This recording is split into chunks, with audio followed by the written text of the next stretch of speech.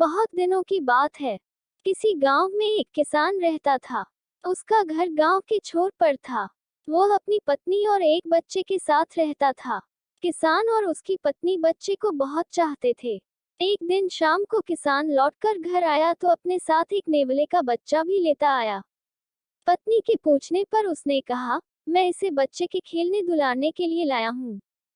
नन्हा नेवला और किसान का बच्चा दोनों साथ साथ बड़े होने लगे।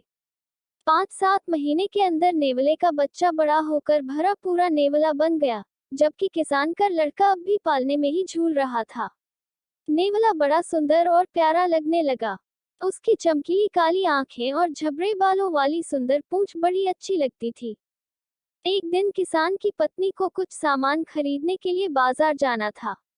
उसने बच्चे को दूध पिलाकर पालने में सुलाया और एक बड़ी टोकरी लेकर बाजार जाने के लिए तैयार हुई।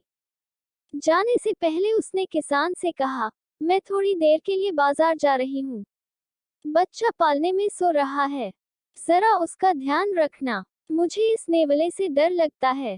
किसान ने कहा, इसमें डरने की क्या बात है? अपना नेवला तो बहुत ही प्यारा और नेक है, जैसे हमारा बच्चा। इसके तुरंत बाद किसान की पत्नी बाजार चली गई। किसान को घर में कोई काम नहीं था। बच्चा भी सो रहा था। उसे छोड़कर वह बाहर घूमने निकल गया। रास्ते में उसे 2-4 दोस्त मिल गए। दोस्तों के साथ बातें करने में ऐसा मगन हुआ कि उसे घर लौटने की याद ही नहीं रही। उधर किसान की पत्नी टोकरी भर सामान खरीद कर घर पहुंची। आते ही उसने देखा कि नेवला दरवाजे के बाहर ऐसे बैठा है जैसे उसी का इंतजार कर रहा हो। किसान की पत्नी को देखते ही वह दौड़कर उसके पास आया। नेवले को देखते ही किसान की पत्नी चिल्ला पड़ी, दया रे! खून! नेवले के मुंह और पंजों पर ताजा लाल खून चमक रहा था।